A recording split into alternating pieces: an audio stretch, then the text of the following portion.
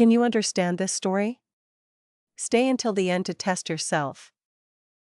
Maria sat on the train with her new notebook. She was traveling to Italy for the first time. Her grandmother had given her the notebook as a gift. Write down everything you see and feel, her grandmother had said.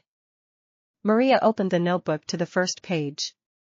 She wrote the date at the top. Through the window, she could see green hills and small villages. She began to describe what she saw. The train arrived in Florence in the afternoon. Maria walked out of the station with her suitcase. The city was beautiful and full of old buildings. She found her small hotel near the river. After unpacking, Maria went for a walk. She crossed the famous old bridge. There were small shops on both sides of the bridge. Maria stopped to look at jewelry in one shop.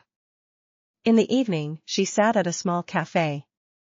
She ordered a coffee and took out her journal.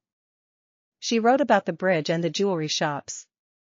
She also drew a small picture of the sunset. The next morning, Maria visited a famous museum. She saw beautiful paintings from hundreds of years ago. One painting showed a woman with a mysterious smile. Maria wrote her thoughts about the paintings in her journal. For lunch, she found a small restaurant. She tried pasta with tomato sauce. It was the best pasta she had ever eaten. She wrote down the name of the restaurant. On the third day, Maria took a bus to the countryside. She visited a small village with vineyards. The hills were covered with grapevines. An old farmer showed her how they made wine. Maria drew pictures of the vineyard in her journal. She wrote about the farmer and his family. On her last evening in Florence, Maria sat by the river. The sun was setting behind the old buildings. She looked through her journal from the beginning.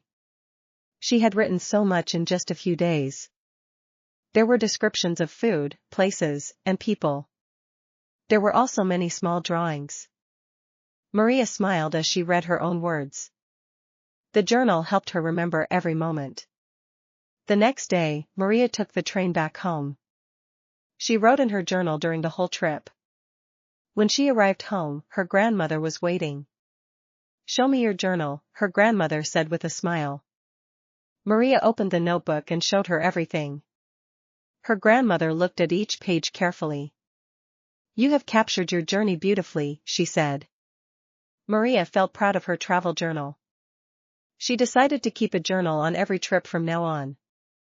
Years later, Maria had many journals full of memories. Her first journal from Italy was still her favorite.